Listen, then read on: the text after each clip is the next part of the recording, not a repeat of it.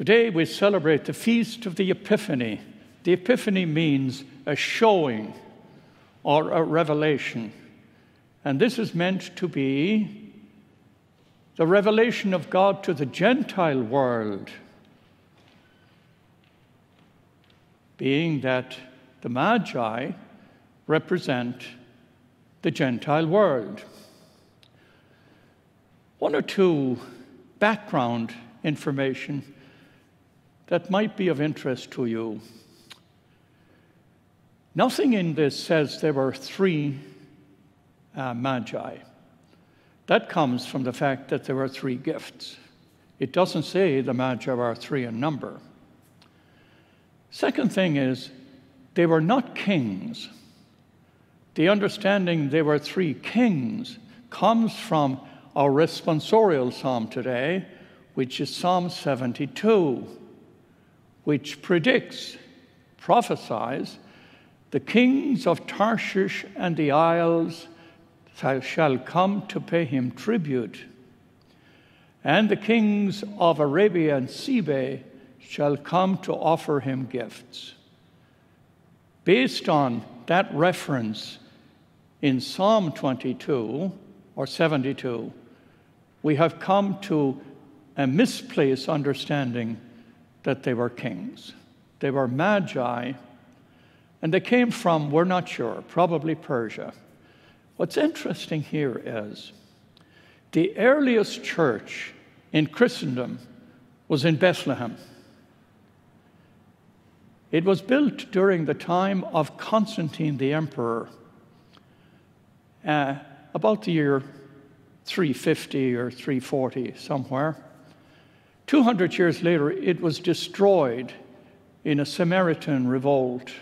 And shortly thereafter, the Emperor Justinian rebuilt the church, made it larger. And that's the church that is there in Bethlehem today. Many of you have been there on your pilgrimage. It's been there since the time of Justinian, around 530 or 540, up to the present day. It was enlarged and modified many times, but that's the original church, the oldest church in Christendom. What's interesting, too, is that in the year 614, that's a date that everybody going to the Holy Land should remember. 614, the Persians overran all of the Holy Land as we know it today and destroyed all the churches except the Basilica at Bethlehem. The story is told that when they came to Bethlehem, there was an image of the Magi dressed in Persian costume at the entrance to the Basilica of the birth of Christ. And because of the image of the Persian Magi, they did not destroy the church at Bethlehem. It's kind of interesting. This would suggest to us that, in fact, they were Persians, which is today the country of Iran. Let me look at the teaching of this extraordinary event in the birth life of Jesus Christ. It has to do with a teaching that comes to us from two principal characters in this gospel reading. They're the ones that reveal to us the true insight into understanding this moment of Epiphany. One is the Magi. They were seekers, they were searching. They become your first teachers. And the second teacher is Herod the Great, an extraordinary king who lived in the time of the birth of Christ. Rather interestingly, Herod died around 4 BC. We know that historically. Therefore, the birth of Christ must have happened 5 or 6 before Christ, before the calendar says. So let me look at the teaching of this. It has to do with the journey of life. the teachings and the journey of life. Every life involves change, whether it's a personal change or a change in the church or a change in society. But change happens. It happens to every one of us. Sometimes it happens in very radical ways. It happens to us through sickness or death, some major failure in life perhaps, a divorce, some collapse, some significant reversal in life. All of these things change. The virus, the COVID virus, changes everything. Changes our lifestyle, our awareness, our connection. Life is involved in change. Sometimes we notice it, and sometimes it just gradually comes, and someday we get up and say, wow, life has changed. Relationships change. Change happens. Now, most change that reforms us interiorly generally happens from difficult times. Now, success and power feed the ego and rarely change the inner person. When you look at the 12-step program, change begins when you hit bottom, when you're stunned, you're shocked. You take a second look at your life and you say, wow, I need to belong to the change which is happening. Change involves two very important elements. One is change involves leaving something behind. Change always is involved in leaving something behind. When Jesus calls his first followers, they leave their nets, they leave their fishing boats, they leave their families.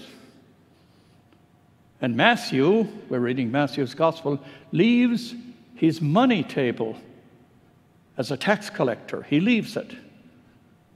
So change involves leaving something behind. And it involves embracing something new which is beyond our knowing. We might be sometimes under the illusion that we can control the future. The future is unknown to us. We cannot control the future. It's hidden from us. Divine providence is mysterious. Therefore, we leave something behind and we enter into a place unknown to us and unpredictable. That's true of every life. St. John of the Cross says, in your spiritual journey, you must go by a way you know not. So let me look at this for a moment with you. In the Hindu culture, there are 4 stages in the life of the generic person. The first stage, you're a student. You're learning, you're growing, you're experiencing life, you're a student. The second stage of life, you're a settler. You settle down, get your first job, get your own place you live, you move out of home, you get married, settle down, you have children, you concentrate on your work, and you go through what we call, this is the student, now we're in the settler. You're a settled person. The third stage is the seeker. And the seeker is one who must become detached. The seeker is the one who is on the journey, leaving something behind and looking into something unknown. That's the seeker, the third stage in the Hindu culture. The fourth stage is the wise man or wise woman. And this is the one who is detached. When you get to this place of wisdom, You become detached from things. All the things that you collected and all of the things that somehow were very important to you, somehow you become detached. The fourth stage, that's the wise person. It's a place of detachment. It's a journey. If you go and study Homer's Odyssey, I remember first time I read Homer, I was in high school, believe it. We studied Homer in high school. And consider this, the wisdom of Homer's Iliad goes back 700 years before Christ. Whoever Homer was, we don't know who he was, whoever he was. And in the Odyssey, you have this extraordinary story. It's a poetic thing, a story about Odysseus. He leaves home and he goes off on the Trojan War. 10 years at war, Troy. And then 10 years to find his way home, going through all sorts of extraordinary experiences, finding his way home. And he gets home to his wife, his father, and his son. And now, following Tiresias, the prophetess, who told him he must go on a second journey. Now that he is home, he's a hero. He's a war hero. He is celebrated for his great triumph in the Trojan War. And yet, the success and the hero identity is not the last word. Success is not the last word. He has to go on a second journey. And rather interestingly, he goes on a second journey, but it's not a journey to war. It's not a journey toward triumph. Interestingly, in his second journey, he has to carry an oar. Now, there's a whole teaching to the meaning of him carrying an oar, but it's a journey of penance, renewal, a new understanding of who he is. He has to go on a second journey that is not the hero worship. It's not celebrating his great accomplishments in life. The second journey is a journey of depth and discovery. That's change. That happens to every one of us somewhere along the line. It happens to the church. Although we have some fundamental people in the church who resist change, but change happens. If you want to grow, you must belong to a journey which involves change.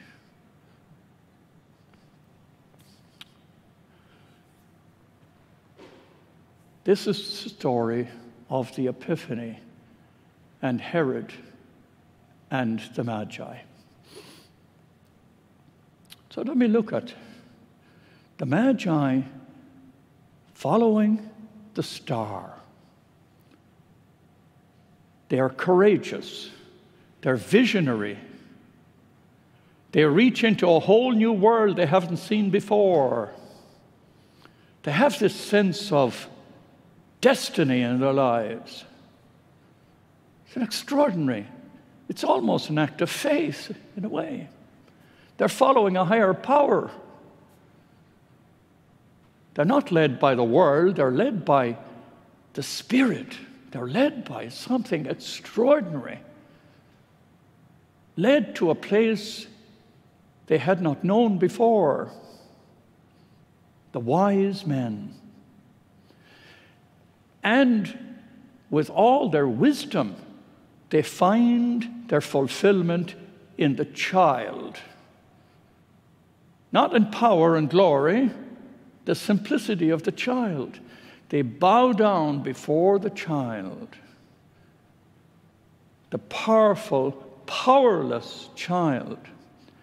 That's their moment of fulfillment in their journey of wisdom. On the other hand, Herod, read the life of Herod. An extraordinary fellow, and there's much history written about him, especially by Josephus, a Jewish historian. He was an extraordinary fellow. He was the best leader in the Jewish tradition. The best builder, shall I say, not so much a leader, a builder. He enlarged the temple in Jerusalem, on the Temple Mount. He is the one that built Caesarea by the sea. Some of the pilgrims have been to Caesarea by the sea. He rebuilt that whole place as a maritime center. He was the one that built Masada. Many of you have been to Masada down in the Negev desert by the Dead Sea. It's an extraordinary place, Masada. That's Herod, an extraordinary builder, yet a man of great complication. He resists change. He's fearful of change. He hears that the Messiah is going to be born, and he is overcome with anxiety. He will not change. He has to control. He has to be in charge. He cannot accept any change. Most people that read his life will conclude that he is chronically depressed and paranoid, so much so that he murders many of his own family. And it's written in the history of his life that when he was dying, he died a very painful death at Jericho, which was his winter palace. He died there, and it said that nobody would grieve over him, so that when he was preparing to die, he left orders that when he died, they would massacre a large portion of his palace people so that there would be widespread grief at the time of his death. He's an extraordinary fellow. And what he represents to people who don't want to change, they're embedded, they're fearful, they're anxious. And the Epiphany is a summons to begin to understand life in a new way with the coming of the Messiah. Now, this might happen to us in various ways. I'm an elder now, but way back about 30 or 40 years ago, I began to read everything I could find about midlife spirituality. And much is written. There are many, many books written on midlife spirituality. And I found quite a few, and I read them with great interest about the transition that was happening in my life when I was in midlife. Spirituality changes, your understanding of life, so on. And one of the books that of special interest to me was Richard Rohr's Falling Upward. And in this book, Richard Rohr says, the first half of life, you're building, conquering, achieving, controlling. Parents are carpooling, they're running here, they're paying the bills, they're planning the future, they're caught up in a whole cycle of activity. They're overcome by a need to supply, to achieve, to have visions, first half of life. That was me.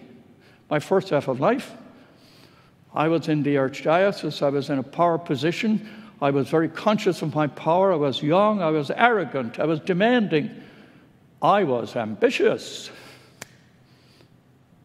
Second half of life, Rohr said, is different. The second half of life is not geared on achievement. I don't want to be a cardinal anymore. I mean, I don't have to achieve anything. Second half of life has to do with relationships. It's a whole new economy of living. It has to do with the primacy of relationships. It's a change. It's a whole change. It's a defeat of all the things that you demanded and you cherished in the first half. Change happens. Change happens to every one of us. Keep that in mind when you sit down and reflect on your own life. Sometimes the chaos, sometimes your failure, moment of grace. Sometimes a change that you didn't plan demanded something of you. An invitation to grace, to understand yourself, to understand your life in a new way. We're in the midst of a crisis now with the virus. So what are we learning here? Not learning from science, learning about ourselves. Are we learning something about ourselves that perhaps we are selfish, we're self-interested? Are we learning something about being generous, caring and understanding, respecting other people, making sacrifices to help the common weal? What are we learning? What are we learning in this time of change? And in some way, today, in the present moment, every one of us is going through a significant change. How do you harvest a grace and a teaching and a self-understanding? Not paranoid, not anxious, not angry, but insightful. An invitation to understand myself in a new way, to understand the movement of God calling me to a new self-understanding, a new opportunity for grace, a new opportunity to bless people, to care, to pray. Change happens.